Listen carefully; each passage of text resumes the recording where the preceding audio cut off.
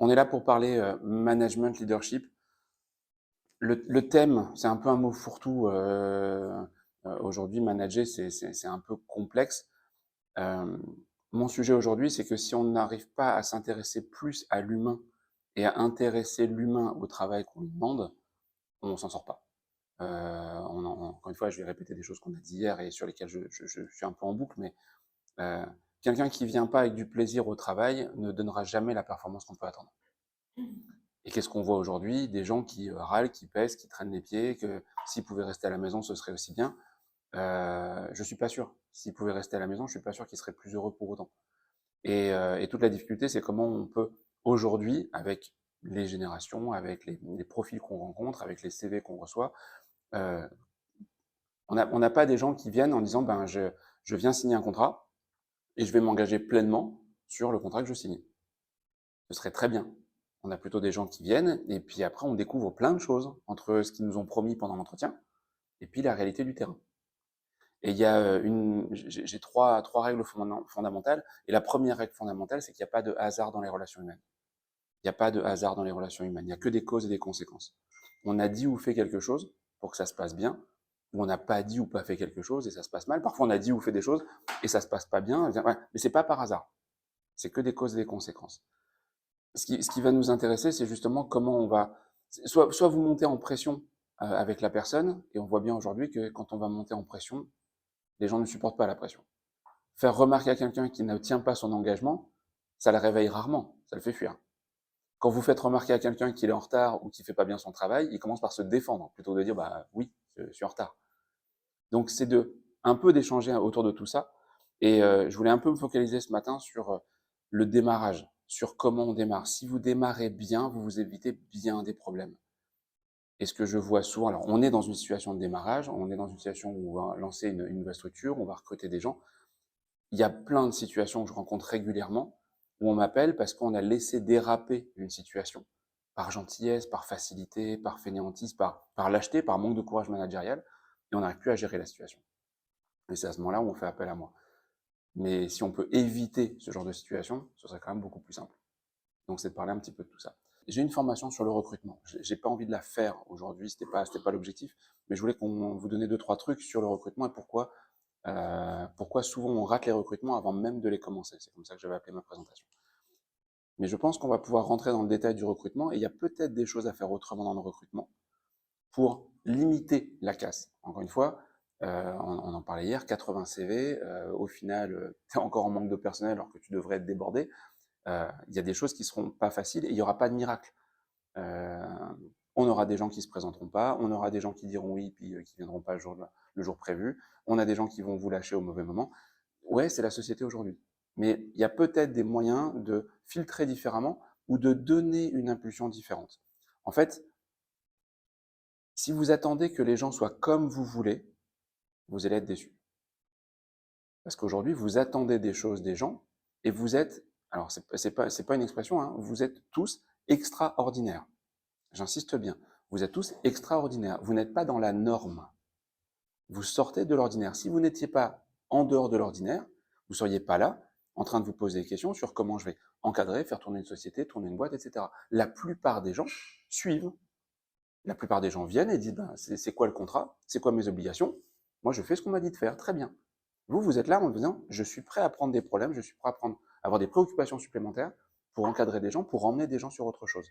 Ce n'est pas la norme. Donc n'attendez pas des gens qui fonctionnent comme vous. Vous avez un sens des responsabilités qui est différent. Tous les managers que je rencontre et qui font la démarche d'être manager ont un sens des responsabilités plus important que la plupart des gens qui disent moi, ah non, surtout pas, merci. Laissez-moi tranquille. Moi, je veux juste venir faire ce que j'ai à faire et je pars après. Et c'est pas grave, on en a besoin. Ça tombe très bien, hein, c'est pas un souci. Il y a une complémentarité. Mais n'attendez pas des gens qu'ils fonctionnent comme vous, puisque vous n'êtes pas dans la norme. C'est très très important d'avoir ça en tête. Parce que tant que vous allez être dans la comparaison avec les gens, vous allez être déçu. Et c'est ce qui fait le grand malheur des gens aujourd'hui sur les réseaux sociaux, hein, c'est qu'on passe notre temps à se comparer avec ce que les autres nous montrent. Quand on se compare, on est toujours dans la déception. Si vous vous comparez avec vous-même et avec vos évolutions, vos progrès, tout pourra bien se passer. Donc n'attendez pas des gens qui fonctionnent comme vous. Mais si vous voulez qu'il se rapproche du fonctionnement de vous, c'est ce que vous allez dire, c'est ce que vous allez faire qui va les amener à faire grandir, à évoluer. C'est pas ce que vous allez espérer et penser. Ils sont pas télépathes, ils ne peuvent pas deviner ce que vous voulez. Donc il faut être très clair par rapport à ça. Et je pense qu'être très clair par rapport à ça, ça peut commencer dès l'entretien d'embauche, dès les premières heures, dès les premiers jours. Et là, il y a peut-être des choses à faire un peu différemment. Je pense que dans les entretiens, aujourd'hui, tu vends le poste et tu vends ce qu'il y a à faire, mais peut-être que tu donnes pas assez envie de venir. Parce que tu es carré, parce que tu dis, voilà, je suis transparent avec toi, hein, c'est ça que j'attends, et tu mets tout de suite ton niveau d'exigence. Et le niveau d'exigence, il est important. Parce que si vous ne mettez pas un niveau d'exigence, d'ailleurs, vous allez être déçu aussi. Mais peut-être que tu mets trop le niveau d'exigence. Voilà. Et si tu finis l'entretien 3 fois par, t'es sûr que t'es prêt à t'engager, t'es sûr que tu veux bosser avec, parce qu'ici, on bosse, hein. T'es sûr que l'autre, il fait oui, oui, oui, oui, puis il pense qu'à se barrer derrière. Voilà. Donc, il y a peut-être des choses qu'on peut améliorer par rapport à ça, et c'est de ça que je voudrais qu'on parle un petit peu plus peut-être ce matin. J'ai mis cette photo en premier. Vous l'avez peut-être déjà vu, c'est une expérience, on la voit sur les réseaux sociaux avec un prof qui vient et puis il remplit un bocal avec des cailloux et puis il dit aux étudiants, est-ce que le bocal il est rempli? Enfin, ouais, il est rempli. Alors après, il prend des petits cailloux qu'il rajoute, les petits cailloux, ils se glissent entre les gros cailloux, il dit, alors maintenant, ah ouais, d'accord, maintenant c'est rempli. Puis il prend du sable, ça se remplit encore. Puis quand il est rempli à ras-bord, les étudiants disent, ouais, c'est bon, là, c'est ok, on a compris, c'est rempli. Il rajoute de l'eau, ça tasse le sable, et il rajoute encore de... Voilà. Et quelque part, on essaye d'expliquer comme ça que si tu t'organises bien, tu peux mettre beaucoup, beaucoup de choses dans le vase. C'est un exemple que je déteste. Je dis bien que je déteste. Parce qu'à un moment, il y a un grain de sable que tu rajoutes qui fait péter le vase. Et en fait, on ne doit pas chercher à remplir nos journées à ras-bord tout le temps. On doit chercher à grandir le vase tout le temps. Il faut qu'il y ait toujours de l'air, de l'espace, de la disponibilité. Si vous voulez avoir de l'élasticité dans votre organisation, il faut un peu d'espace. Si vous chargez tout le temps à ras-bord, vous n'avez pas de souplesse. Et le moindre problème devient un dérapage qui fait qu'en fin de journée, tu sais, c'est quand tu as une journée bien remplie et tes 2 premiers rendez-vous du jour, ils prennent 10 minutes de retard. Tu sais très bien que ta journée va finir en retard. Tous mes rendez-vous, je les prends avec 15 minutes de creux, entre 15 et 30 minutes de creux entre chaque rendez-vous. Parce que si je déborde de 5 minutes, ça ne me met pas dans l'embarras. Et puis si je suis dans le timing, j'ai 15 minutes pour répondre à un email, pour aller me chercher un café entre 2 rendez-vous. C'est un truc que j'ai vu avec les visios. À partir du moment où on a commencé à faire beaucoup de visios, les gens ils les enchaînaient. Je suis à mon bureau, je finis une visio à 9h30, écoute, on peut s'appeler à 9h30, parce que je viens de finir. Attends, fais un compte rendu de ta visio, pose-toi un moment, aère-toi la tête, mets 15 minutes. Ah non, comme ça je peux en faire plus. Si tu en mets tout le temps plus, à un moment ta tête elle explose. Donc ça va être un sujet qui pour moi est prioritaire et qui va être important et régulier. Vous ne devez pas chercher à remplir tout le temps vos journées, mais au contraire à agrandir le vase, la structure, l'organisation, pour avoir toujours de l'air, de la respiration, et de prendre du recul sur les choses. Quand vous êtes dans l'action, quand vous êtes dans le bocal, quand vous chargez le bocal, vous prenez aucun recul sur la situation, et on se retrouve à répéter ce qu'on a toujours fait. De fait, il y a un élément que je voulais absolument présenter ce matin. Ça, c'est les cercles dorés. Simon Sinek, c'est un mentor pour moi, c'est quelqu'un que je suis beaucoup aux États-Unis, et il a écrit un bouquin il y a déjà un bon moment qui s'appelle Tout commence par le why. Quand on fait quelque chose, quoi que vous fassiez, il y a une raison. Tu décides d'ouvrir, de te lancer en entrepreneur, il y a un pourquoi. Pourquoi tu fais ça? Parce que j'ai une raison, j'ai une envie particulière. Tu choisis ton style vestimentaire, si je te demande pourquoi, tu vas me dire parce que j'ai une raison. Si tu t'habilles d'une certaine manière pour sortir parce que tu vas voir ton banquier ou parce que tu as un rendez-vous amoureux, et que je te dis mais pourquoi tu t'habilles comme ça, tu vas me dire parce que. Il y a toujours un pourquoi. Il n'y a pas de hasard dans les relations humaines, il y a toujours un pourquoi. Et c'est la base. Quand on fait quelque chose, il y a une raison. Quand tu as un candidat qui vient, il a une raison. Intéressez-vous à la raison. Une fois qu'il y a la raison, on va réfléchir à la stratégie, au comment on fait pour atteindre cet objectif, ce pourquoi. Deuxième temps, c'est le how. Et ensuite, je vais faire des choses, c'est le what. Qu'est-ce que je fais pour atteindre mon objectif? C'est dans ce sens que ça va se dérouler toujours. Ceux qui font l'inverse ne marchent pas. Ceux qui font l'inverse, ils commencent par faire des choses et qui répètent toujours. Et j'en vois beaucoup dans des petits artisans, par exemple, qui ont hérité de la société de papa, ben, ils font ce que papa faisait avant. Et ils font des choses. Mais pourquoi tu le fais? Eux, ils savent pas. Parce qu'on m'a montré, point. Mais il n'y a pas une stratégie, il n'y a pas une volonté, il n'y a pas un développement derrière. Quand je démarre une entreprise ou quand je démarre un service, dans un premier temps, je fais tout. J'ai ma vision, j'ai ma stratégie et je fais les choses. J'ai une application pour vendre des choses en ligne. Je me fais livrer des choses le matin, je les stocke dans mon garage, je fais des ventes, et puis le soir, je mets tout en paquet, et puis je renvoie, et je gère ça tout seul, et je fais un petit peu de dropshipping, de choses comme ça, et je me fais mon à côté, et ça me fait mon activité. Je sais pourquoi je le fais, parce que je voulais une activité que je pouvais faire de la maison. Je sais comment je le fais, ben, j'ai trouvé le dropshipping, et puis ben, je fais ce qu'il faut faire. Vient un moment, si tout se passe bien, où je vais manquer de temps.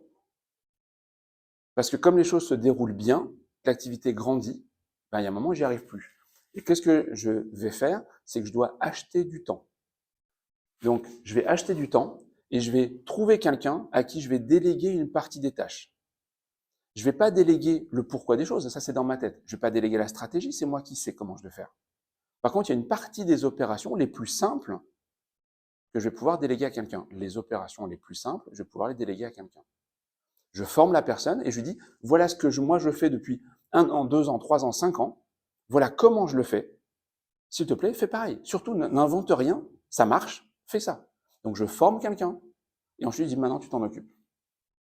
Et j'avais un problème de temps et maintenant je n'ai plus de problème de temps puisque j'ai quelqu'un qui m'a enlevé ce problème.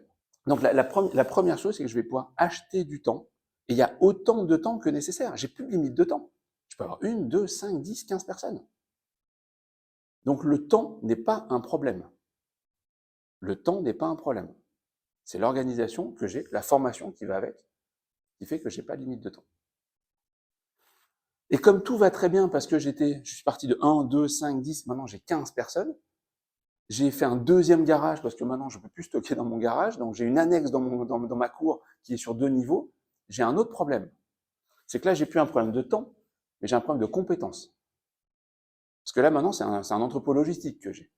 J'ai 2 camions par jour, ça devient compliqué. Et je ne sais pas faire. On m'a dit, mais il y a des super logiciels. Je ne comprends rien au logiciel. Et puis maintenant, je commence à vendre à l'étranger, des trucs de douane, je ne comprends rien non plus. J'ai 2 options. Soit j'apprends, soit je délègue à quelqu'un qui sait déjà.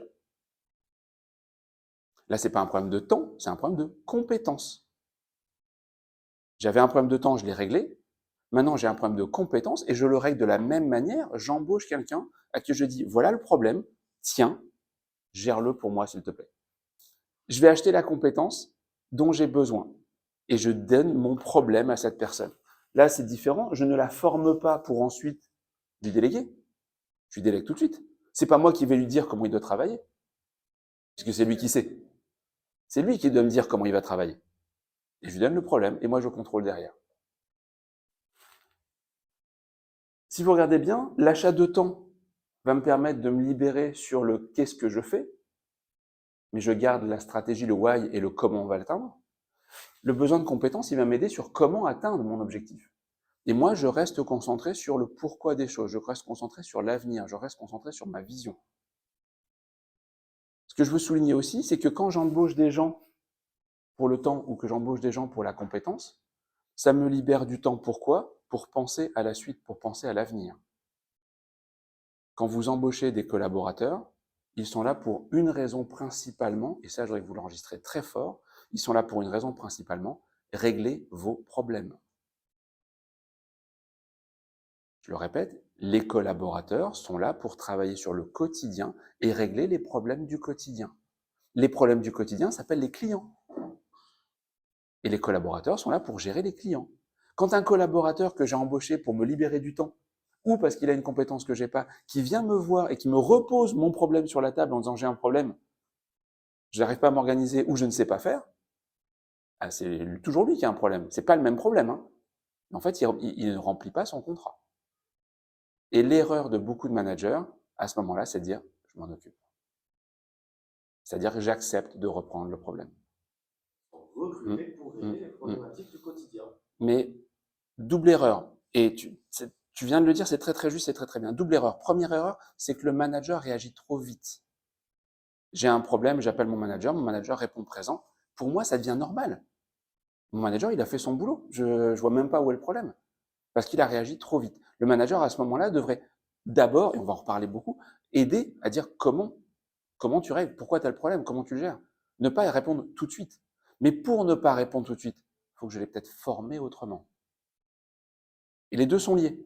Parce qu'au lieu de former la personne et de profiter du problème, du retour de problème pour le former, ben, je le résous. Mais si je le résous, l'autre l'a pas résolu. Si je fais les devoirs à la place de ma fille, faut pas que je m'étonne qu'elle ne progresse pas dans la matière. Tu peux pas lui demander de le résoudre s'il ne sait pas le résoudre. Mais de fait, probablement qu'on n'a pas donné la bonne formation dès le début. Et donc, comme il ne sait pas faire, ben, il vient te voir. Quand je dis qu'on n'a pas donné la bonne formation, quand vous avez quelqu'un qui vient et qui vous dit j'ai un problème et que tu dis mais pourtant je l'ai formé, le premier réflexe doit être de se dire qu'est-ce que j'ai raté dans ma formation. Tu peux avoir ce premier réflexe ou le réflexe de dire il est stupide. Mais si tu dis il est stupide, tu ne le fais pas grandir. Bien sûr. Le cerveau humain, il a une capacité qui est extraordinaire. Le cerveau humain est résistant au changement. On est ce qu'on appelle un animal d'habitude. On aime bien avoir nos habitudes. Et si vous regardez bien, le matin, vous faites à peu près toujours la même chose dans le même ordre. Et si le matin, je viens changer un truc dans votre habitude du matin, ça perturbe, on n'aime pas. Parce qu'on aime bien la routine. C'est le paradoxe, hein. Les gens disent « Ah, je n'aime pas la routine », c'est pas vrai. On aime bien la routine. On part en vacances, c'est super. On aime bien rentrer à la maison parce qu'on retrouve ses habitudes. Et j'aime bien rajouter que sans nos habitudes, il n'y a rien d'exceptionnel. C'est parce qu'on a une routine qu'on peut faire des choses extraordinaires et exceptionnelles de temps en temps. Donc on aime bien nos habitudes. Et le paradoxe, c'est que dans une situation nouvelle, le cerveau est capable de s'adapter totalement. Donc dans une situation habituelle, il est enfermé dans ses habitudes, mais dans une situation nouvelle, il s'ouvre et il est prêt à faire plein de choses. C'est ce qui fait qu'on a survécu. Dans des habitudes, on a répété ce qui marchait bien, mais quand d'un coup le climat s'adapte, parce qu'on doit déménager, parce qu'on doit partir, on doit quitter la grotte où on était, eh ben on s'adapte au nouvel environnement. Et c'est pour ça que l'être humain a pu coloniser toute la planète. Alors qu'il y a certains animaux, ils vont pas dans certaines zones, ils ne peuvent pas survivre. Nous, on a survécu partout. On s'est adapté. Avec des mecs qui ont cousu des trucs en peau, en fourrure, etc., pour pouvoir continuer à survivre. On sait s'adapter, mais dans un environnement nouveau. Ça veut dire quoi? Que dans un premier temps, toujours, quand j'arrive dans une entreprise, dans un environnement nouveau, mon cerveau s'ouvre et il va se poser une question. Qu'est-ce que je peux faire pour te faire plaisir? Qu'est-ce que tu attends de moi? Parce qu'on a tous un moteur qui est basé sur la recherche de reconnaissance. Donc, j'ai un manager, j'ai besoin de savoir qu'est-ce qu'il attend de moi pour le faire et pour trouver le bon équilibre qui fait que je fais ce qu'il attend de moi. Et une fois que j'ai trouvé, je rentre dans l'habitude. Donc, premier temps, et généralement, c'est une histoire de 15 jours. Hein. Je suis ouvert, au bout de 15 jours, là, je commence à avoir des habitudes. Et là, ça commence à se refermer. Donc, les premiers jours sont très, très importants. Et c'est là, comme tu dis, ben, j'ai quelqu'un qui vient de démarrer et qui vient avec une compétence, une expertise. Malgré cette compétence, je suis d'accord avec toi. Il va dire, mais je vais regarder ce que tu attends de moi. J'attends que tu fasses ton boulot. Alors, je fais mon boulot, mais j'ai besoin de regarder, de voir, de constater que ce que je fais, c'est bien ce que tu attends de moi. Et donc, je vais venir te voir pour dire, t'es content, c'est bien. Écoute, oui, fais ton job, laisse-moi tranquille. Mais sauf que l'humain a besoin du retour pour dire, c'est bon, je suis dans la bonne direction. Même s'il est compétent. Une fois qu'on va commencer et que tu vas me rassurer, que tu vas me dire, oui, mais c'est bon, ben vas-y, fais. Et tu pourras le pousser là-dedans. Nous, on les aime pas et on les aime malgré qu'ils soient déjà compétents. Et là, tu as dit un truc super important. Les collaborateurs, les nouveaux, tout le monde. Il y a très peu de gens qui sont vraiment télépathes. Ils ne peuvent pas deviner ce que vous attendez d'eux. Et l'erreur, souvent, c'est qu'on laisse quelqu'un un peu dans le flou en disant, s'il y a un problème, tu viens me voir. Il ne va pas faire exactement ce que vous attendez de lui, puisqu'il va faire ce qu'il pense bien, mais qu'il n'est pas dans votre tête. Et il y aura un décalage. Et ce décalage, c'est les ennuis que vous aurez plus tard. Eh oui, je vais le laisser faire. Et il y a alors, 3 phrases que vous m'avez déjà certainement entendues pour certains. Il y a 3 phrases que vous ne devez plus jamais utiliser. Est-ce que c'est clair? Est-ce que tu as des questions? Si tu as un problème, tu viens voir. C'est 3 phrases qu'il ne faut plus jamais utiliser. Est-ce que c'est clair? L'autre te dit oui. Ça ne veut pas dire qu'il a compris, ça veut dire qu'il pense qu'il a compris. Tu n'as rien vérifié. Et il est de bonne foi, hein, il pense qu'il a compris. Moi, mon prof de maths, quand il me demandait si c'était clair, je disais oui, je croyais que j'avais compris. Quand 3 heures plus tard, j'étais sur ma feuille de devoir et que je comprenais rien, c'est là que je me rendais compte que j'avais pas compris. Mais j'étais de bonne foi. Quand on dit derrière, est-ce que tu as des questions? C'est pour vérifier qu'il a bien compris. Mais si je pense que j'ai compris, j'ai pas de questions, ça vérifie toujours rien. Moi, ça me rassure, mais ça vérifie toujours rien. Et la pire des questions, enfin des positions, c'est si tu as un problème, tu viens me voir. Ça veut dire que je base notre relation sur les problèmes qu'il va y avoir. Et je suis là pour t'aider quand tu as un problème. On a dit quoi avant? C'est pas vrai, c'est le contraire. Je l'embauche pour régler mes problèmes et derrière, je lui dis, bah, si tu as un problème, tu viens me voir. Ah non. Tu vois la phrase? Et cette phrase, tout le monde l'a utilisée. Hein. C'est l'inverse. C'est l'inverse. Et donc, quand il y a un problème, c'est l'occasion de faire grandir l'autre. C'est l'occasion de profiter pédagogiquement pour le faire grandir. Mais certainement pas de résoudre à sa place.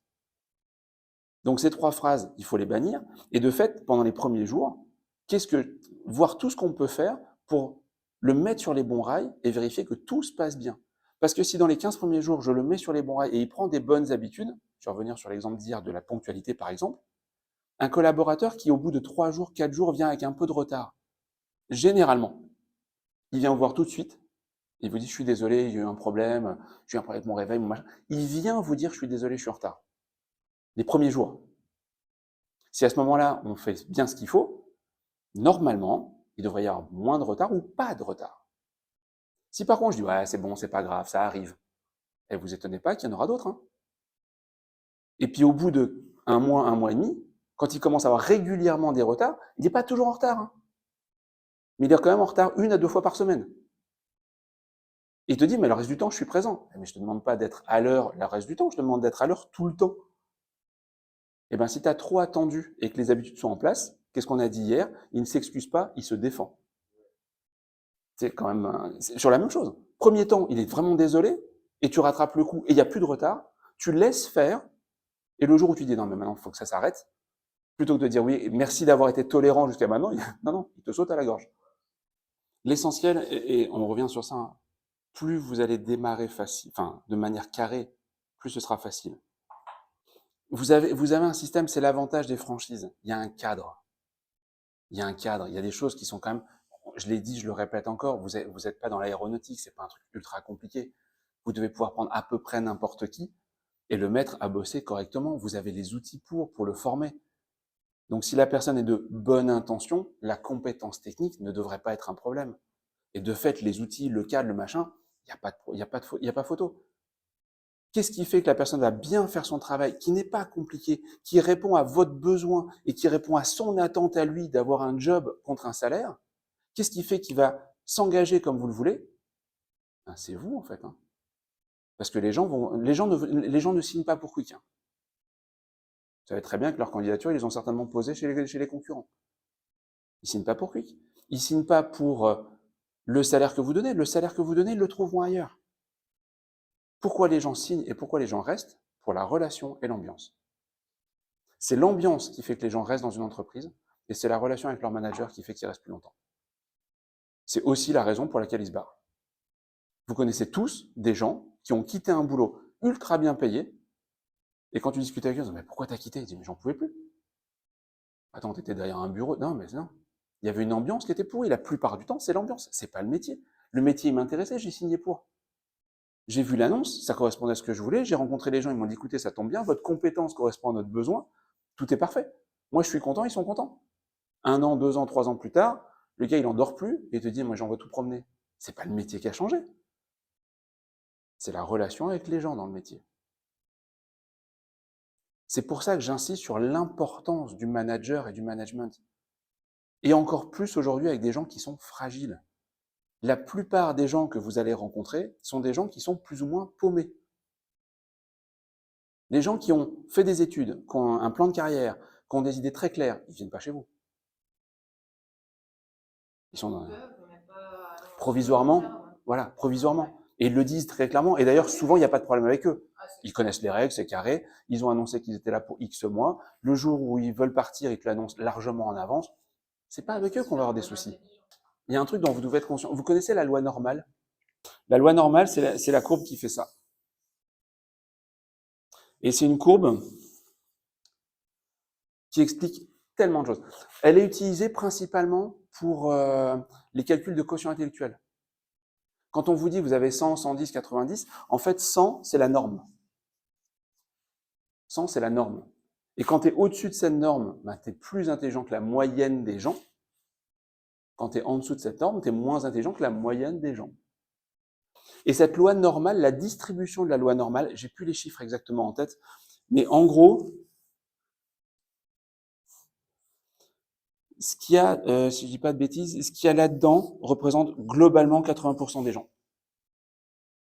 Et globalement, 10%, 10%. C'est pas les chiffres exacts, hein. Je crois qu'il y a du 7,5, 9, mais globalement, retenez ça. Mais allez voir la loi normale, c'est super intéressant, parce que la plupart des distributions se font comme ça. Quand je dis la plupart des distributions, c'est que dans une entreprise, je vais avoir la majorité des gens là-dedans. Puis je vais avoir des gens dans les deux extrêmes. Si je regarde les médecins, je vais avoir le niveau de compétence de la plupart des médecins ici. Là, j'ai les grands pontes, les chirurgiens, les mecs qui connaissent vraiment bien. Ils sont beaucoup moins nombreux avec une compétence beaucoup plus forte. Puis là, j'ai tous les étudiants. Mais il n'y en a pas tant que ça. Il y a moins d'étudiants qu'il y a de médecins. Et on va retrouver cette loi dans plein de choses. Et vous allez la retrouver chez vous aussi. Vous allez retrouver des gens qui, dans 80% des cas, sont dans la norme. La plupart des situations dont on va parler avec difficulté, c'est des gens qui sont dans les extrêmes. Parce qu'ils sont en dessous des attentes ou parce qu'ils sont au-delà des attentes. Vous êtes dans cette partie-là. Vous êtes dans la partie des gens qui veulent faire plus. C'est des gens qui veulent faire moins. Pourquoi ils veulent le faire, je ne sais pas. Mais ayez toujours ça en tête, que la majorité des gens n'ont pas de problème particulier et sont là pour avancer avec vous. Mais que vous allez vous focaliser sur les cas particuliers. Et attention, quel est le problème quand on se focalise sur les cas particuliers? Ouais. Plus vous allez passer d'énergie sur les cas particuliers, moins vous vous occupez de la grande majorité qui fait le boulot. Et vous envoyez un message inconsciemment qui est: si tu as un problème, tu m'intéresses. Si tu n'as pas de problème, j'ai pas le temps pour toi. Donc si tu veux que j'ai du temps pour toi, il faut que tu aies un problème.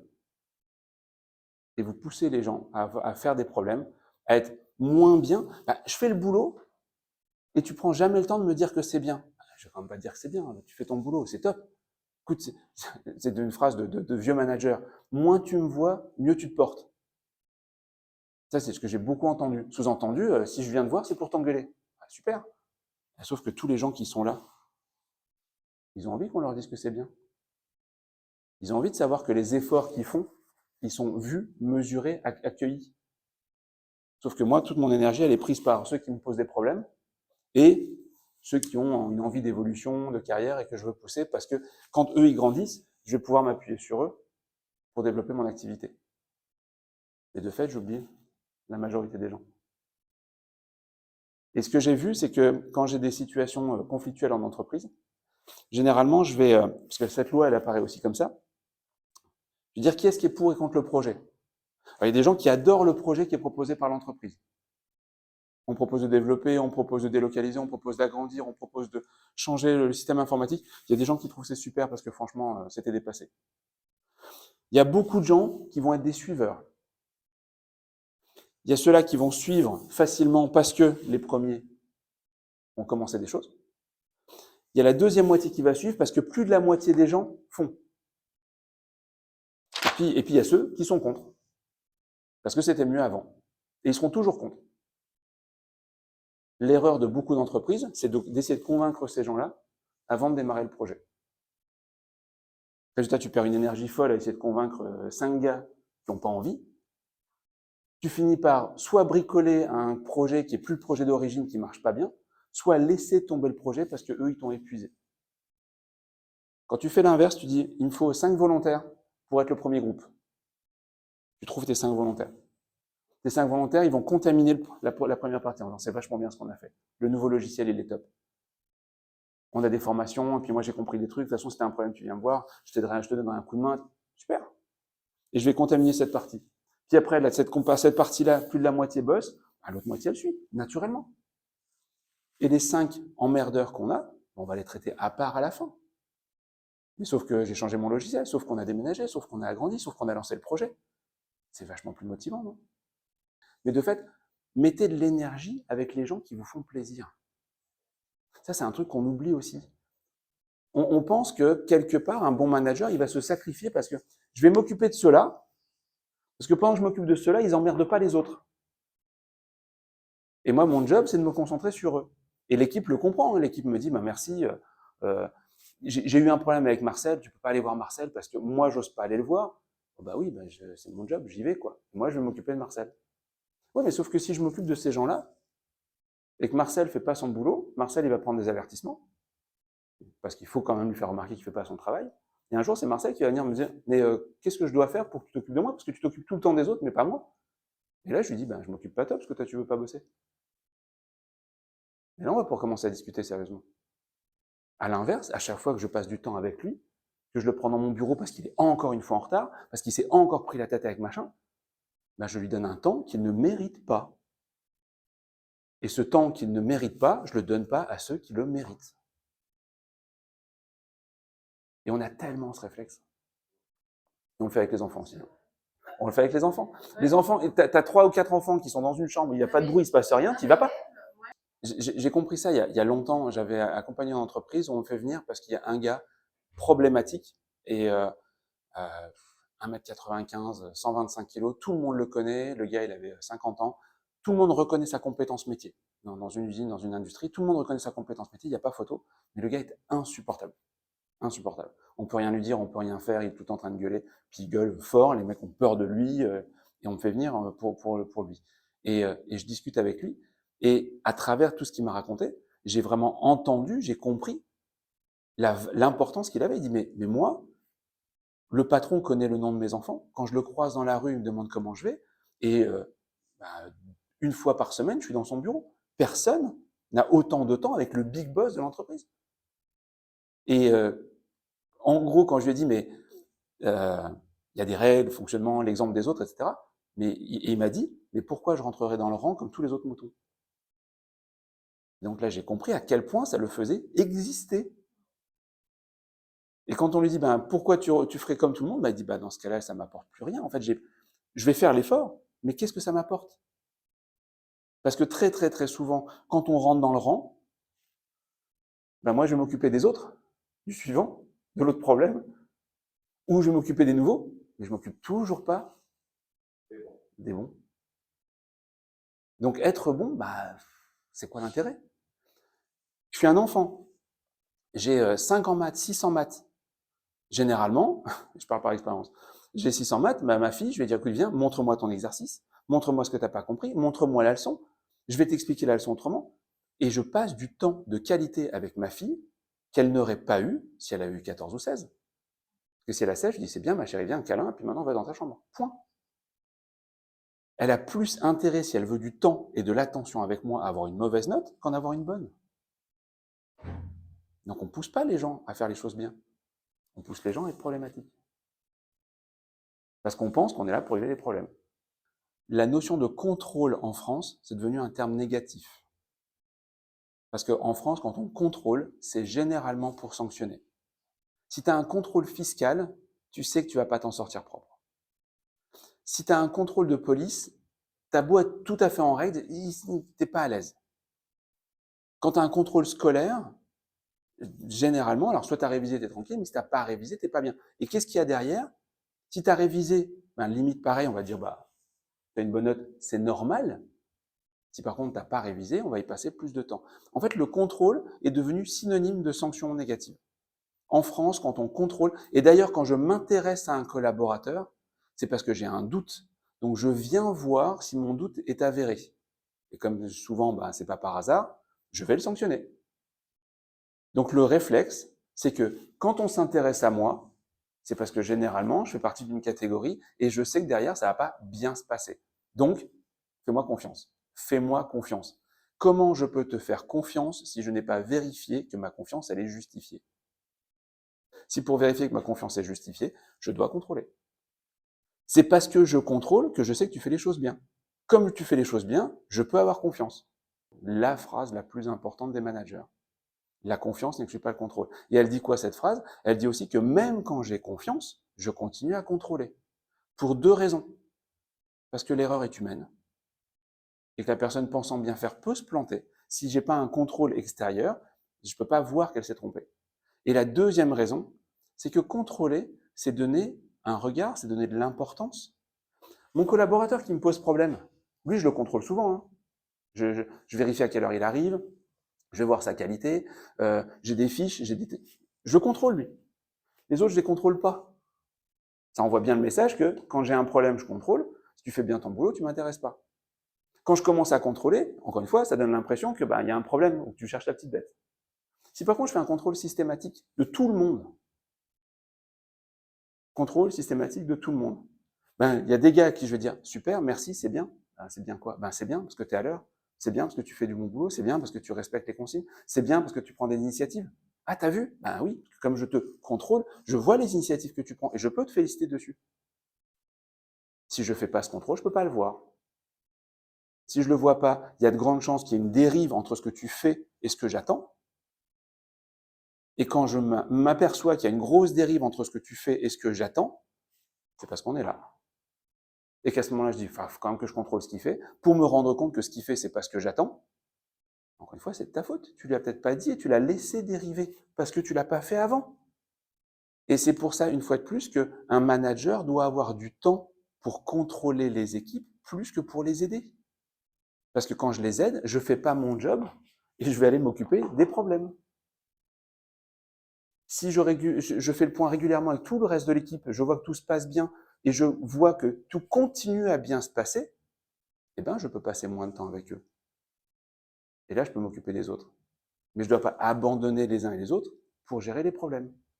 Tout le monde est passé par l'école. Et l'école, c'est quand même un système qui ne mesure pas ce que tu fais bien, il mesure ce que tu fais pas bien. On est noté sur quoi en fait? On est noté sur le nombre d'erreurs qu'on fait. On part de 20 et on t'enlève des points à chaque fois que tu t'es trompé. Donc on ne note pas ce qui est bien, on note ce que tu ne sais pas. C'est le paradoxe. Donc tu vas avoir des mauvaises notes, etc. Et tu rentres dans ce schéma que quand on te contrôle, c'est plutôt pour avoir une sanction derrière. Et si tu as une bonne note, il ne se passe rien derrière. Donc rien que ça, le système scolaire te fait déjà rentrer dans ce schéma-là. Donc toi, tu arrives derrière, tu y es pour rien, mais tu as déjà quelqu'un qui sait que contrôle égale sanction. Si tu veux éviter ça, c'est faire l'explication qu'on vient de faire là. Je vais contrôler, pas pour te sanctionner. Je vais contrôler pour vérifier que tu fais bien ton travail et que j'ai bien fait le mien en t'expliquant les choses. Mets-toi dans la boucle. Si je contrôle ton travail et que le travail est bien fait, c'est que la formation que je t'ai donnée, elle était bonne. Je suis content, tout le monde est content et tout va bien se passer. Si je contrôle et que je me rends compte que c'est pas à la hauteur, qu'il y a un truc que tu n'as pas compris, ça me permet de voir que ma formation n'a pas été bonne et que je dois la rattraper le plus tôt possible. Et de fait, je t'explique qu'en fait, je contrôle pas pour toi, je contrôle pour moi, en fait. Si tu me l'expliques, il y a une chance que tu le comprennes, première chose. La deuxième chose, le contrôle doit être annoncé. Vous faites flasher par un radar automatique qui était annoncé. C'était marqué 110, tu passes, bim, tu as le flash et tu regardes ton compteur. Ah oui, j'étais à 120. Tu te dis quoi? C'est ma faute, je m'en veux à moi.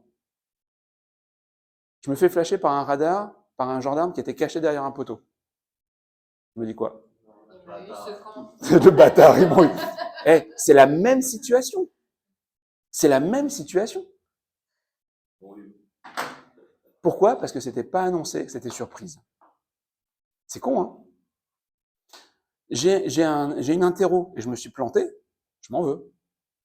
Le prof dit, bon, interro surprise. Ah bah oui, mais si je me suis planté, c'est de sa faute.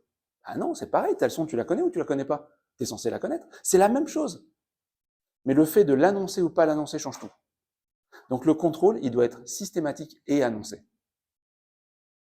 Donc quand tu vas démarrer, sache que je vais contrôler ton travail 2 fois par jour. Ok, oui monsieur. Et comme on est au démarrage et que mon cerveau il est ouvert, je dis bah oui, ok, si vous voulez contrôler mon travail 2 fois par jour, il faut contrôler. Mais j'explique pourquoi. Je ne viens pas contrôler pour te punir, je viens contrôler pour voir que tu démarres bien. Je viens contrôler pour voir si tu as besoin d'une aide particulière. Je viens contrôler pour voir si j'ai bien fait mon travail. Ok, mais tu dois me l'expliquer, puisque encore une fois, on a été mal formé, donc on ne le comprend pas. Non mais c'est bon monsieur, faites-moi confiance. Et là, il faut le dire, mais pourquoi je te ferai confiance? Je ne te connais pas. Ah, vous n'avez pas confiance? Alors déjà, j'ai confiance, sinon je ne t'embaucherai pas. Maintenant, je veux contrôler pour vérifier que ma confiance, elle est justifiée. Comment je peux savoir que j'ai bien fait de t'embaucher et donc de te faire confiance si je ne contrôle pas que derrière, tu fais bien le travail que j'attends? Et est-ce que tu sais quel est le travail que j'attends de toi? Ah bah je crois, donc t'es pas sûr. Bah moi non plus. Donc il va falloir qu'on fasse des points réguliers, appelle-les comme tu veux. Moi j'appelle ça un contrôle. Moi je fais exprès pour démystifier ce mot, faut arrêter quoi. Donc on va faire des points réguliers pour voir comment ça se passe, pour vérifier que tout se passe bien. Si ça se passe bien, super, on continue. Si ça se passe pas bien, je dois corriger des choses. Il faut l'expliquer. Et quand tu fais ça, et que c'est bien fait, tu le sais quand ton collaborateur vient, hey, j'ai fini un truc, là. Tu viens voir s'il te plaît. Qu'est-ce que fait un enfant quand tu lui demandes de ranger sa chambre? Je ne le fais pas. Faut insister un peu. Mais de fait, une fois qu'il l'a fait, Au bout d'un moment, Il vient te oui, voir. il vient te et il dit voir. quoi? Viens voir ma chambre. Viens voir. C'est le truc le plus extraordinaire et le meilleur exemple que je connaisse par rapport à ça. En effet, je dois me battre pour qu'il comprenne que, donc je lui explique le pourquoi, le comment, je le menace s'il faut, etc. Et une fois qu'il a rangé sa chambre, il vient et il dit, viens voir. Et il veut me montrer qu'est-ce que la chambre est rangée et comment il l'a rangée.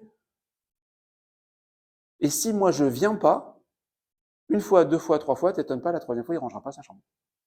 À quoi ça sert? Parce que de toute façon, tu contrôles pas. Donc c'est le paradoxe, c'est que les gens disent, je veux pas être contrôlé, fais-moi confiance. Et en même temps, ils demandent de l'attention. Donc ce mot contrôle, il a une connotation négative, mais sauf qu'en fait, ça a plein d'avantages. Plein d'avantages. Mais il faut l'expliquer d'abord. Avec le temps. Et tu vois, j'ai pris un bon quart d'heure pour l'expliquer. Et si tu dois prendre un bon quart d'heure pour l'expliquer à tes nouveaux, fais-le. Parce que ce sera tellement plus facile ensuite. Si à chaque fois que tu viens contrôler, il ne le prend pas bien, ça va être l'enfer. Et d'ailleurs, à un moment, tu vas arrêter de contrôler. Chaque fois, je vais le voir, il le prend mal. Ça me saoule. Bon ben, je verrai plus tard. Et toi, tu ne contrôles pas. Et ben, hop, tu vas arriver à une dérive. Ce qu'on est en train de dire là, c'est que ce moment de contrôle, le contrôle, vous faites le contrôle et tout est bien. Vous faites quoi? Vous dites quoi? Dans les premières fois, et c'est normal, hein, et dans les premières fois, il va falloir y passer plus de temps. Vous savez quelle est la différence entre féliciter et valoriser? Féliciter, c'est faire valoriser, c'est un travail, c'est précis. Féliciter, par exemple, c'est Alors c'est plus précis, ouais. venir. Vas-y. Féliciter, Je reviens sur ça après. Féliciter, je trouve, c'est superficiel. Oui, bravo. Ouais, ouais. Valoriser, c'est vraiment lui montrer qu'il a une valeur, qu'est-ce qu'il a fait. Alors c'est plus profond. Et c'est pour ça qu'on va chercher à valoriser plus que féliciter. Ton exemple est bon. Alors ton exemple est bon, mais toujours pareil, cas par cas. J'ai un nouveau qui a fait un super truc et je dis à l'ancien, viens voir comment le nouveau il a fait. Il peut le prendre super mal, tu vois.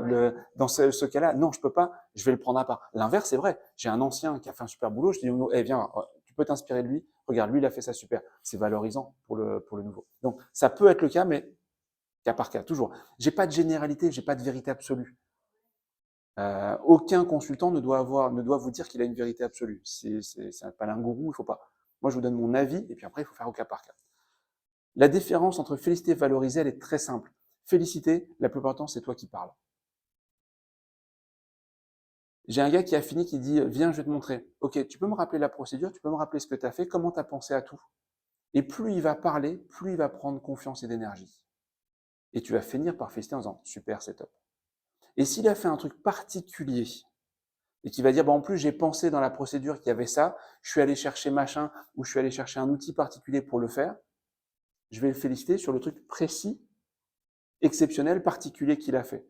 Et donc, il va se rendre compte d'ailleurs que je le félicite sur quelque chose de pointu, de précis, qui va d'autant plus le toucher que simplement dire « super, c'est bon, tu peux y aller ».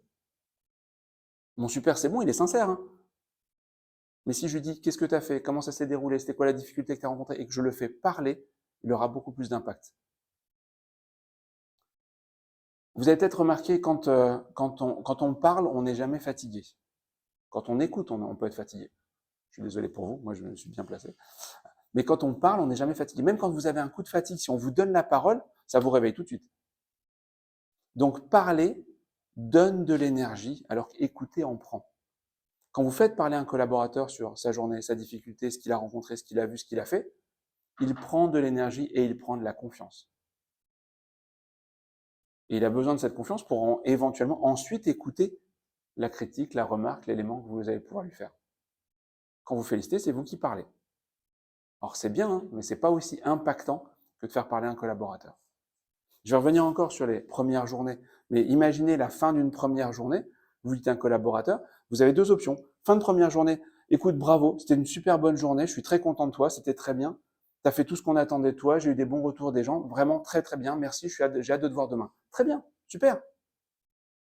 Maintenant, vous dites, viens, on va se poser 2 minutes, je voudrais juste que tu me racontes comment était ta première journée. Qu'est-ce que tu as appris, qu'est-ce qui était difficile, qu'est-ce que tu as découvert. Et je passe plus de temps à écouter pour finir par lui dire, super, c'était une bonne journée, à demain. 2 minutes de différence. Dans un cas, je vais faire 20 secondes, parce que si vous dépassez les 20 secondes de félicitations, ça paraît louche. 20 secondes, c'est déjà vachement long. Vous en faites trop. Par contre, le gars qui vous parle pendant 2 minutes de sa première journée, il trouve pas ça long. Et je vais finir par des félicitations derrière. Et ça peut tout changer sur le premier jour. Les premiers jours vont être super importants. Parce que si en plus vous faites partie des rares personnes qui écoutent quelqu'un pour le féliciter sur quelque chose qu'il a fait réaliser, vous allez créer un lien qui n'a peut-être nulle part ailleurs. C'est horrible à dire, mais quand vous allez peut-être la première personne qui va féliciter quelqu'un en l'écoutant sur ce qu'il a fait réaliser pour lui dire merci, merci d'être là, merci d'avoir fait le boulot, merci d'avoir... Non mais c'est normal, je suis payé pour, c'est ce que vous m'avez demandé. Oui, mais je voulais justement que tu te rendes compte à quel point ce que je te demandais est utile et nécessaire et que j'ai besoin d'avoir des gens sur qui je peux compter qui le font. J'ai vu qu'aujourd'hui, ce que je t'ai demandé, tu l'as fait et donc je sais que je peux compter sur toi.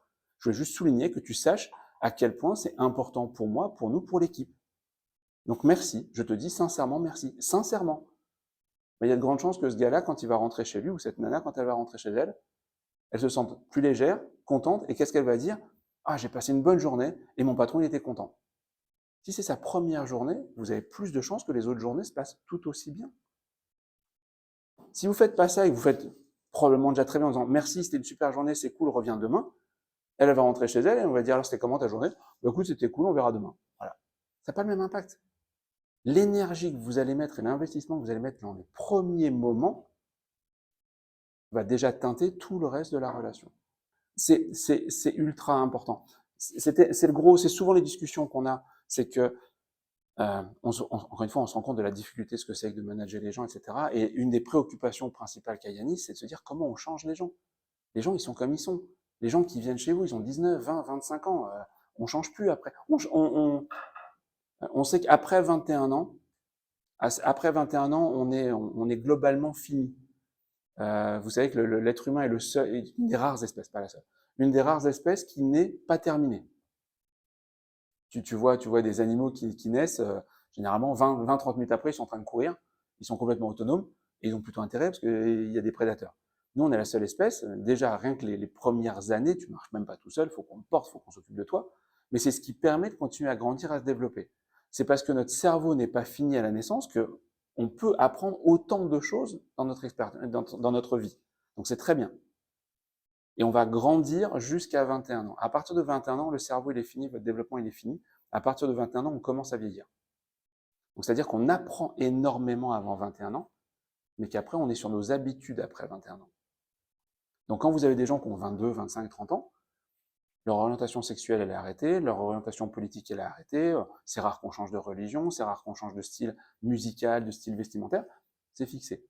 Donc tu vois ce côté, si je suis d'accord avec toi, on ne va pas changer les gens, et c'est pas ce qu'on veut.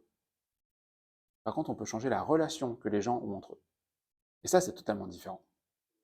Ce que je veux pas changer les gens, je veux changer la relation avec moi. Parce que si j'arrive à changer la relation avec moi, et que je crée une relation de confiance, j'ai une chance qu'ils fassent ce que j'attends d'eux et qu'ils le fassent avec plaisir. Et s'ils le font avec plaisir, on va certainement bien travailler ensemble très longtemps. Si je dois les contraindre parce qu'ils n'aiment pas, on sait le faire. Mais c'est épuisant. C'est ça être manager. Pour beaucoup de gens, être manager, c'est garantir les résultats. Non, être manager, c'est faire grandir les gens pour les rendre responsables, pour que eux s'occupent des résultats. J'aime à dire, les résultats ne doivent pas être un objectif, mais doivent être l'indicateur de la qualité de votre management. Si je regarde mon compteur de voiture, un compteur de voiture, ça me donne une information. Si je fais un calcul et que je regarde entre un point A et un point B, il faut que je roule en moyenne à 110, Il y a des moments où je vais pouvoir rouler à plus que 110 et il y a des moments où je dois rouler à moins de 110. La moyenne doit être de 110. Mais si j'ai quelqu'un qui est sur le siège passager qui me dit « on a dit que c'était 110 » et à chaque fois que je descends en dessous de 110, il me dit « non mais accélère, on a dit 110, 110, 110 » parce qu'il est concentré sur le résultat. Je dis « mais je peux pas rouler à 110, c'est limité à 90. » Non, non, mais roule à 110. Je vais prendre un risque. Je vais avoir une amende, je vais avoir des problèmes, mais parce que lui, il est concentré sur le résultat. Alors que le résultat doit être, encore une fois, l'indicateur. Si derrière, il me laisse conduire, il y a des moments où je roule à 90, il y en a d'autres où je roule à 130, je m'adapte, et le résultat, c'est 110 de moyenne. Mais encore une fois, je n'utilise ça que comme un indicateur. Pourquoi tu roules à 90 ? Ben, je vais t'expliquer parce que j'ai vu un panneau, j'ai vu, ok, je sais pourquoi. Et j'ai prévu de rattraper plus tard, parce que plus tard, on peut rouler à 130, donc ça devrait compenser. Ok, donc je sais que tu le fais. Bien sûr, je surveille le chiffre. Mais je ne vais pas vouloir que le chiffre, je vais vouloir savoir pourquoi tu fais ce chiffre, pourquoi tu fais plus, pourquoi tu fais moins. Un collaborateur, un enfant qui rentre avec un 5 en maths, j'ai besoin de savoir pourquoi il a eu 5. Parce qu'il n'a pas fait exprès d'avoir 5. Il aurait certainement voulu avoir plus. Comment ça se fait que tu as eu 5 ? Comment je peux t'aider à avoir mieux ? Je ne vais pas me focaliser sur la note, mais la note est un indicateur de sa manière de travailler. Et la même chose s'il a 18. Comment tu as fait pour avoir 18 ? Tu as eu de la chance ? Ou tu as travaillé ? Ben non, j'ai travaillé. Ah ok. Tu as fait quoi ? Comment ? Et je vais pouvoir utiliser ça pour dire, bah, continue pour avoir des bonnes notes. J'ai un indicateur. Ben, le résultat pour un manager doit être la même chose. Si mon service il se passe bien et que les chiffres sont bons, c'est que j'ai l'équipe et j'ai fait ce qu'il fallait pour que j'ai l'équipe qui fait les résultats. Et mon management est bon. Si tu te concentres uniquement sur les résultats, tu peux avoir une mauvaise équipe et des bons résultats. Parce que tu as fait ce qu'il fallait, parce que tu as triché en filant un coup de main, en faussant des chiffres. Si un enfant, je me focalise sur uniquement la note, je m'en fiche de comment tu fais, ce que je veux c'est que tu aies 15. Il va tricher. Il va tricher. Et quand je vais dire, mais pourquoi tu as triché ? Tu voulais 15, tu as 15, tu devrais être content. Je suis pas content, tu as triché. Il faudrait savoir ce que tu veux. Si maintenant j'explique que non, je voulais que tu travailles bien et que tu aies 15, et que le 15 soit le résultat de ton travail, ah ouais, mais là, tu n'as pas été clair. C'est la même chose. Plus on va se concentrer sur les résultats, sur la pression sur le résultat, plus on a de chances d'avoir de la triche, des manques, des trucs cachés. Des gars qui vont pas faire ce que vous attendez pour obtenir le résultat, ou qui vont faire des choses en sachant qu'il y a une incidence sur le chiffre. Une fois, tu disais, bah oui, mais je préfère aller, moi, au fourneau, comme ça, j'embauche pas quelqu'un, et c'est meilleur pour la marge. C'est tricher. Très bonne intention, tu vois, je fais exprès, c'est tricher. Tu garantis le résultat, mais de fait, tu fais pas grandir quelqu'un. Tu mets pas quelqu'un qui est, alors pas plus compétent, mais qui va coûter moins cher que toi pour faire un job, pendant que toi, tu fais autre chose. Le recrutement, le recadrage, la suite, l'anticipation. Parce que je dois juste prendre les résultats comme des indicateurs. Les résultats sont bons, super. Qu'est-ce que j'ai fait pour obtenir ce résultat et qu'est-ce que je dois continuer à faire pour avoir ces résultats ? Un truc que vous devez avoir très simple en tête. Les managers sont des traducteurs spatio-temporels. Les managers sont des traducteurs spatio-temporels. J'adore la tête des gens quand je dis ça. Alors, il va falloir traduire les choses des uns et des autres. Je t'explique comment. Mon équipier, mes équipiers, leur priorité, leur focus, leur espace-temps, c'est le service qui vient. C'est le service qui a à midi, c'est le service de ce soir, c'est le service qui vient. Leur espace-temps, c'est un poste. C'est un poste et c'est le service immédiat, j'ai envie de dire. Service immédiat. Leur espace-temps, il est très petit, il est très court.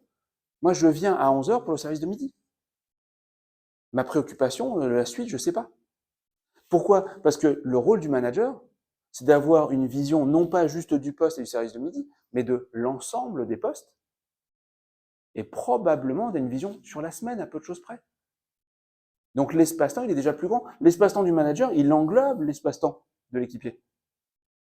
Et là où j'ai un espace-temps de 2-3 heures, j'ai un espace-temps de au moins 5-6 jours. Si mon manager n'a pas une vision à 5-6 jours des équipes, des plannings, etc., c'est un peu compliqué. Le directeur, son espace-temps, il est évidemment plus grand. Il va pas prendre une partie des postes, il va prendre l'ensemble des postes. Il a une vision globale. Et ce que j'attends des directeurs, c'est qu'ils aient pas une vision à 5-6 jours, mais au moins à 2-3 semaines. Au moins un mois. Si tu veux recruter, il faut bien que tu aies une vision au moins un mois à l'avance de ce qu'il faut que tu recrutes. Donc eux, ils ont un espace-temps qui va être au moins sur 1 à 2 mois. S'ils n'ont pas une vision de 1 à 2 mois, on ne peut pas avoir les bonnes personnes au bon moment. Et puis la direction, sa priorité, c'est absolument même plus le service, c'est même plus ce qui se passe dans les restaurants. La priorité de la direction, c'est d'assurer ce qui va se passer dans 1 an à 2 ans. Si tu n'es pas focalisé sur ce qui va se passer dans plus de 6 mois, il va y avoir des répercussions problématiques sur tout le monde. La vision de la direction, dans ton cas, c'est au moins 6 mois, si ce n'est pas 1 an minimum. Si on veut avoir une chance d'ouvrir un autre restaurant, ça doit être ta préoccupation première. Toute chose qui n'est pas ta préoccupation d'ouverture d'un autre restaurant, parce que tu as un problème sur le terrain, ben, t'empêchera l'ouverture du restaurant. Et à chaque fois que tu descends d'un cran pour filer un coup de main, tu sers le client, tu ne sers pas ton avenir. En fait, les gens, ils se rendent pas compte. Mais parce que vous n'avez pas fait ça. Parce qu'on est tellement pas préoccupé sur l'avenir et parce que vous êtes concentré sur le résultat. Il faut que le résultat, ça tourne. Mais pour que le résultat, ça tourne, il faut que j'ai une équipe compétente, formée, complète, motivée. Et dans ce cas-là, il n'y a plus de problème. Pour que j'ai une équipe formée, compétente, complète, il faut que j'ai des managers qui la forment. Pour que j'ai des managers qui forment des gens, il faut que je les recrute. Et pour que je les recrute en temps et en heure, il faut que j'ai une vision et un planning pour savoir à l'avance de qui j'ai besoin. Chacun son job. On était resté combien de temps sans se voir? Tout ce que vous avez dit là, c'est ce que j'entends tout le temps et tout le monde fait ça. Parce que qu'est-ce qui est important? C'est le client. C'est le client qui nous fait rentrer l'argent. Hein. Sauf que je le dis, je le redis, je le redis. Un client perdu, on en retrouvera un autre. Si par contre, je n'ai pas préparé l'avenir, c'est le client qui peut tuer mon avenir. Ah oui, c'est clair. J'ai entendu ça. J'ai encore plus de recul que vous parce que la marque Quick, elle revient de loin, quoi. Très loin. Elle revient de très loin. Donc, quelque part, moi, de l'extérieur, vu que cette marque, elle a quasiment disparu, elle est en train de revenir, elle a déjà perdu tous ses clients qui sont partis à la concurrence. Burger King est arrivé, a piqué une partie du marché. C'est pile le moment. 600 restaurants. Et c'est pratiquement le moment où Quick a disparu. Donc, je veux dire, vraiment, les deux sont croisés. Si on dit, ah, mais les clients perdus, c'est des clients perdus, ben, vous n'auriez pas de clients aujourd'hui, c'est fini, c'est mort, c'est foutu. Non, vous êtes revenus, il y a une offre qui est différente, il y a des gens qui sont revenus, vous avez retrouvé votre clientèle. Et puis, moi, j'ai beau aimer, je suis assez fan de Burger King, je ne vais pas aller manger à Burger King tous les jours non plus. Je suis content d'avoir de l'offre. Donc, le client, il reviendra. Il y a peut-être l'offre qui, à un moment, fait que je vais retenter. Et puis, découvrir que si le service est bon, etc., ben, je reviendrai. Les clients, ils viennent et ils partent. Si tu as l'équipe, tu serviras les clients et tu n'auras jamais de problème. Si tu te focalises sur les clients, tu risques de sacrifier ton équipe. Le jour où tu n'as plus d'équipe, tu n'as plus de clients de toute façon. J'ai souvent, alors ça ne vous concerne pas, mais j'ai souvent des clients où à un moment, je leur dis, écoute, moi j'ai assez de contacts, je vais t'amener 20% d'activité supplémentaire, 20% de chiffre d'affaires en plus. La plupart de mes clients me disent, si on a 20% qui nous tombent dessus demain, on est mort. Alors qu'on devrait se réjouir d'avoir un truc comme ça. Ben, si tu as ton équipe, tu prends tous les clients du monde. Si tu n'as pas l'équipe, tu as peur d'avoir des clients. De fait, la priorité, c'est ça. Parce que quand j'ai tout ça, quand j'ai une direction qui fait un point régulièrement avec les directeurs pour les tenir au courant de ce qui va se passer dans les 2 mois qui viennent, et qu'eux te font remonter leurs plans, leurs actions, les besoins en recrutement, etc., ben moi je suis rassuré, je sais ce qui se passe. Donc je continue à me focaliser sur la suite. Quand je vais voir les banquiers, je peux leur dire, voilà, on sait, on a un plan, on a ci, on a ça, j'ai mes équipes qui tournent, regardez les chiffres, ils sont bons. Moi, je sais ce qui va se passer dans les 2-3 mois qui viennent, j'anticipe, j'organise, et je peux prévenir mes managers qui sont au courant qu'on va recruter, qu'on va avoir des nouveaux, que certains anciens qui vont partir, on va pouvoir les remplacer, puis ils font remonter. Puis ils sont pas inquiets parce que je sais que mon équipe, tout le travail, je suis pas inquiet parce que mon travail il est assuré, et 2, je suis pas inquiet parce que mes besoins en personnel ou en matériel vont être assurés parce que ma direction est au courant. Donc moi, je vais pouvoir faire mon travail correctement. Et puis j'ai des gens sur le terrain qui sont contents parce qu'ils ont des managers qui les ont encadrés, qui les ont formés, qui sont présents, qui les accompagnent, qui les responsabilisent. Et puis qui s'éclatent. Quand on a tout ça, généralement, on n'a pas de problème de service.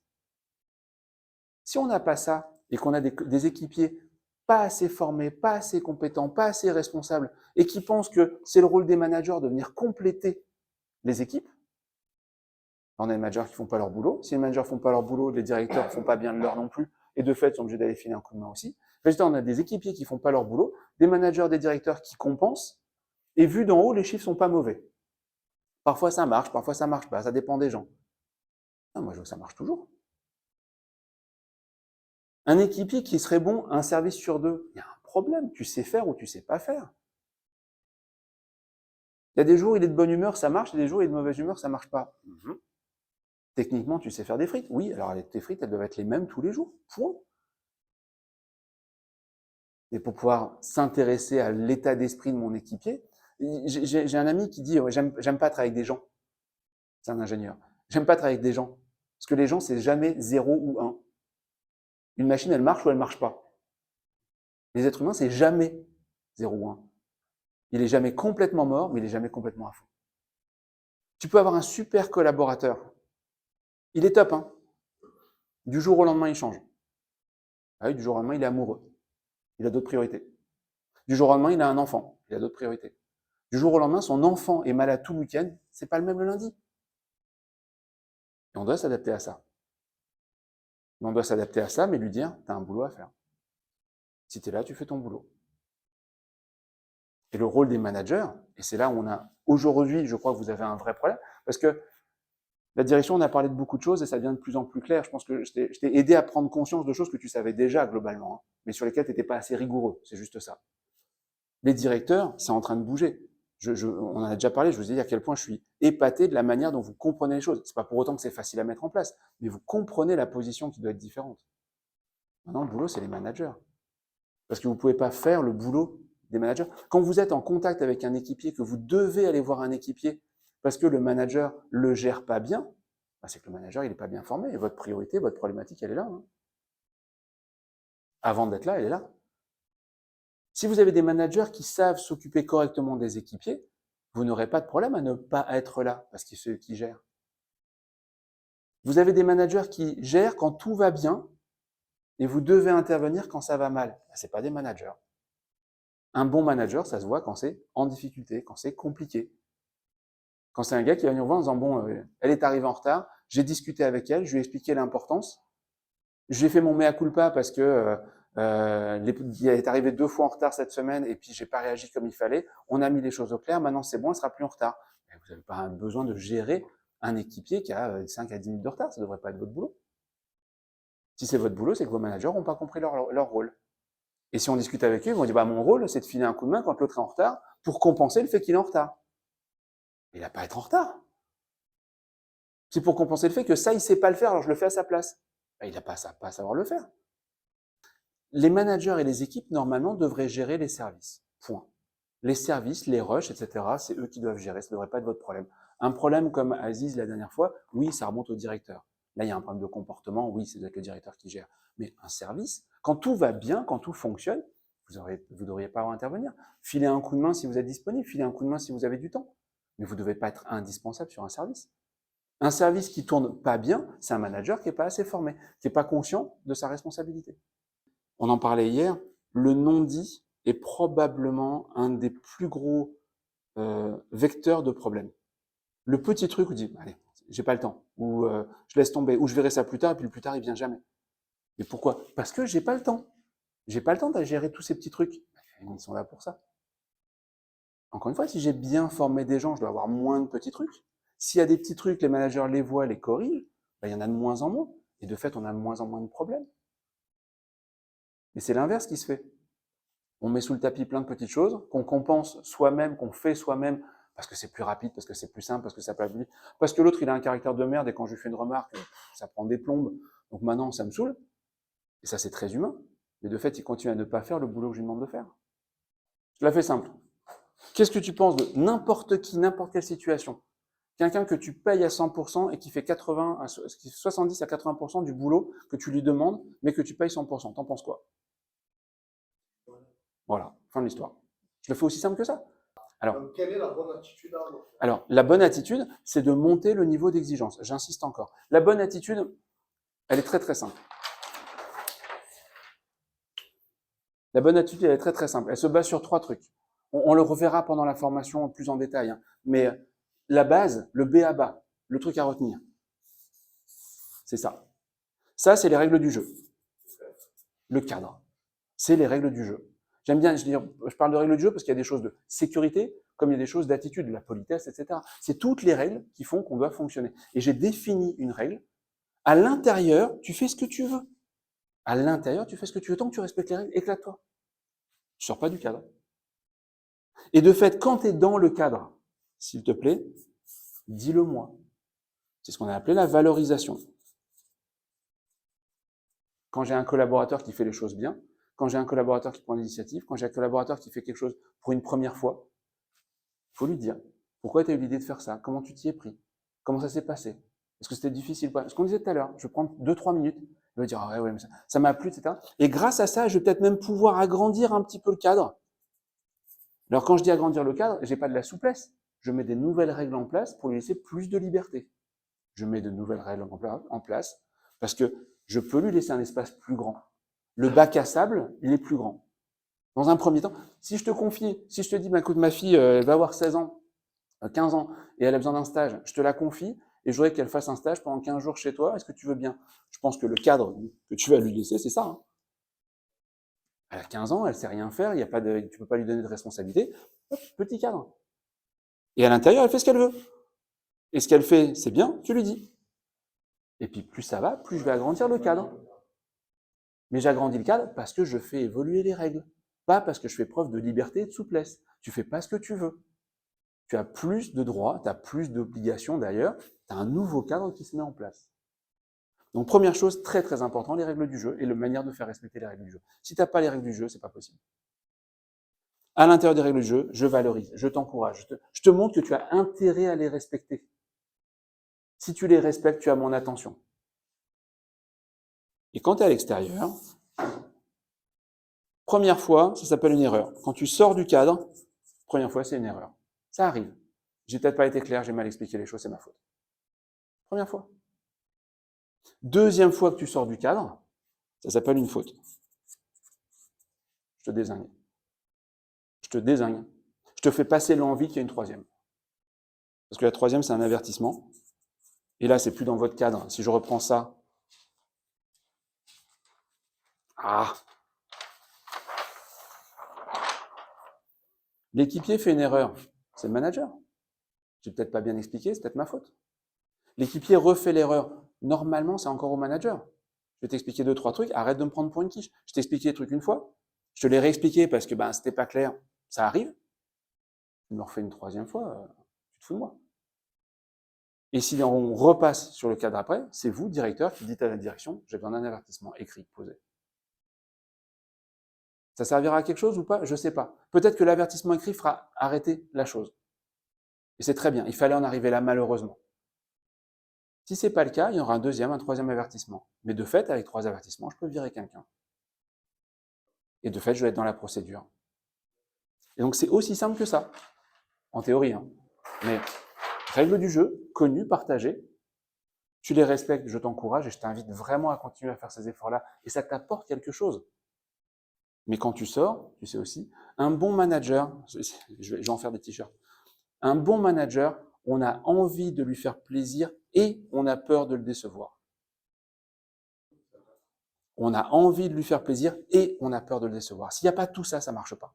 Si tu as juste la peur, tu rases les murs et tu ne feras rien pour lui. Si tu as juste envie de lui faire plaisir, tu ne fais pas le boulot. Tu fais juste plaisir. Il faut les deux. Il faut l'équilibre des deux. Si tu n'as pas l'équilibre des deux, ça ne marche pas. Et ton manager, ton équipier et ton manager, même chose. Sauf que le cadre n'est pas le même entre l'équipier, le manager, le directeur. C'est tout.